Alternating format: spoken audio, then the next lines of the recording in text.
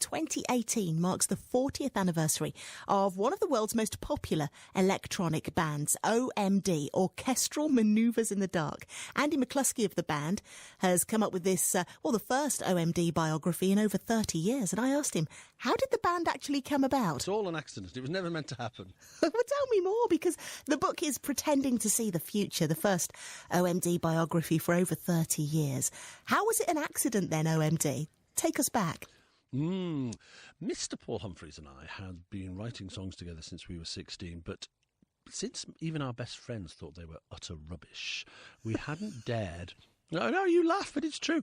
We hadn't dared to want to go and play them live, so we kind of just wrote them in his mother's back room. And then finally, in 1978, we had the courage to go and knock on the door of the office at Eric's Club, which is where we used to hang out with lots of other people who turned out to be in bands that were famous as well in the future.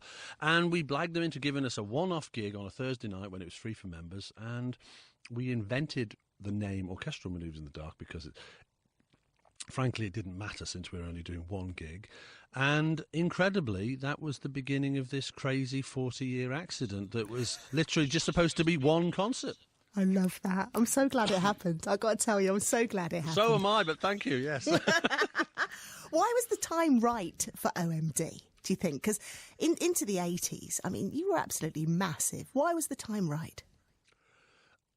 I think that you've hit the nail on the head there. The time was right. We were just very lucky. The things that we were influenced by in the mid-70s, we were consciously influenced by a lot of electronic German music, like Kraftwerk especially, but also our favourite bands were always a bit left field, like Roxy Music. We liked David Bowie. We liked the Velvet Underground. So we'd got these rather sort of esoteric influences, but what we didn't realise was that unconsciously we'd also got these kind of glam rock influences from like Slade and T-Rex and things like that.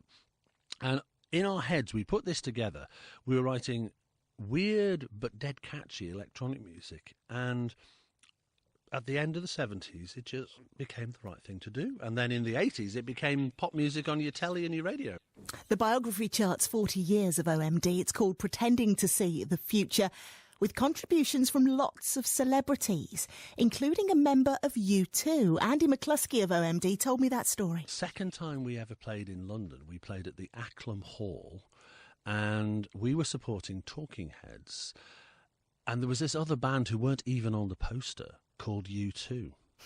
And I tracked down Adam and I said, do you remember having a conversation with me? He went, yeah, you and me and Tina Weymouth from Talking Heads, the three bass players on the back of the stage. And didn't she say she was bored of being on tour for 6 months, and you and I looked at each other and went, we dream of being on tour?